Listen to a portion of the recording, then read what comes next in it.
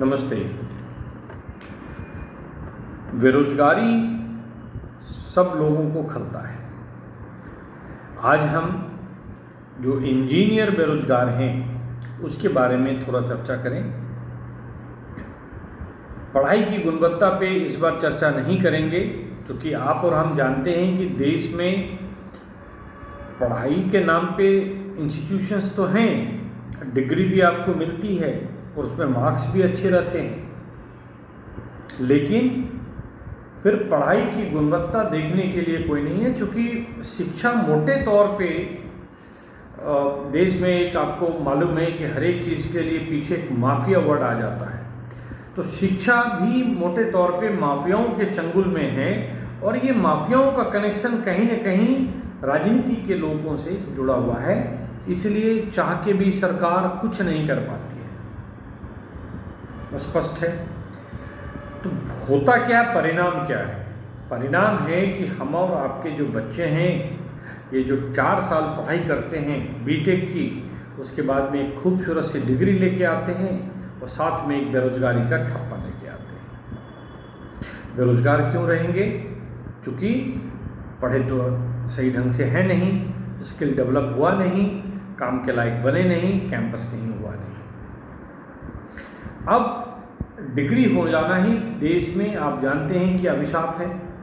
अगर ये बीटेक नहीं होते और ये कम पढ़े लिखे होते या टेक्निकल एजुकेशन में ही आईटीआई किए होते, डिप्लोमा किए होते और भी कुछ चीज़ों को ये 6 महीने का कोई कोर्स कर लिए होते तो अपनी जीविका चला रहे होते। अब ये 6 साल जो 10th के बाद बाहर रहे या कुछ बच्चे 4 साढ़े 4 साल बाहर रहे, इस बीच में इनका डिस्कनेक्शन हो जाता है समाज से। जब ये लौट के आते हैं तो फिर ये समाज में बहुत ज़्यादा एडजस्ट नहीं करते। यहीं से लोगों का फ्रस्ट्रेशन भी चालू होता है। अब हम क्या चाहते हैं, ये तो मान लीजिए समस्या हुई, समाधान क्या है? तो आप जानते हैं कि समस्याओं की चर्चा करते ज़रूर हैं, लेकिन हम पहले समाधान का प्रस्ताव रखते हैं कि समाधान क्या है।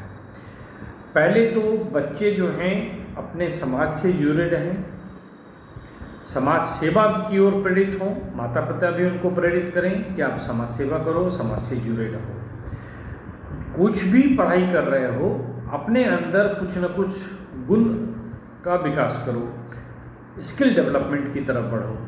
कोई एक चीज़ आपको आना चाहिए, किसी एक चीज़ पे आपका कंट्रोल होना चाहिए। वो चीज़ जो है हमारे जीवन में उपयोगी हो। अब मान लीजिए हमने एक ऐसी पढ़ाई कर ली जिसका कोई मार्केट वैल्यू कम है, जिसके मार्केट की रिक्वायरमेंट कम है, तो नेचुरल है कि आपको छोटे शहर में ये कस्टमर नहीं मिलेंगे। लेकिन हमने वैसी पढ़ाई की, वैसा स्किल डेवलप किया जो हर एक घर में रिक्वायरमेंट आएगा, तो आपको संभवतः हर एक जगह क्लाइंट मिल जाएंगे, कस्टमर मिल जाएंगे। लेकिन पढ़ाई जो भी करें, पढ़ाई के बाद आप स्किलफुल होने के बाद आप व्यापार की तरफ बढ़ें और अपनी सरकारी नौकरी या प्राइवेट नौकरी के लिए प्रयास करते रहें। व्यापार आगे बढ़ जाएगा, अच्छी बात है। यदि आप नाप तौल के देख लीजिए, व्यापार में ज़्यादा सुकून है तो व्यापार में रहिए, नौकरी में ज़्यादा सुकून है तो नौकरी में जाइए।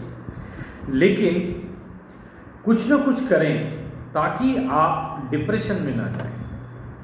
क्योंकि हमारे पास कई रिज्यूम आता है ना, और कई बच्चों से हमारी मुलाकात होती है।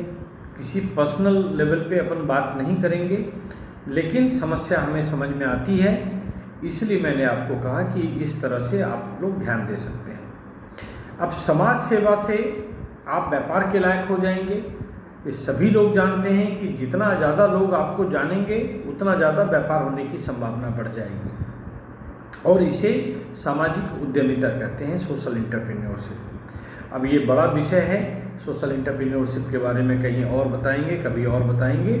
लेकिन जिनको भी, जो इंजीनियरिंग ग्रेजुएट हैं, जिनको भी लगता है कि हमें कुछ स्टार्टअप कर देना चाहिए, कुछ शुरुआत कर देनी चाहिए, ये सभी बंधुओं से मेरा आग्रह है कि आप BPL पार्टी मोबाइल ऐप जाएं, प्ले स्टोर से डाउनलोड करें और स्वरोजगार में अपना CV पोस्ट करें, स्वरोजगार में अपना डिटेल्स डालें। भरोसा रखिए, हमारी पार्टी की ओर से ये प्रयास हो रहा है कि आपको स्वरोजगार अभियान से जोड़ के प्रशिक्षण दे करके आपको बिल्कुल ही कमाने लायक बना दें।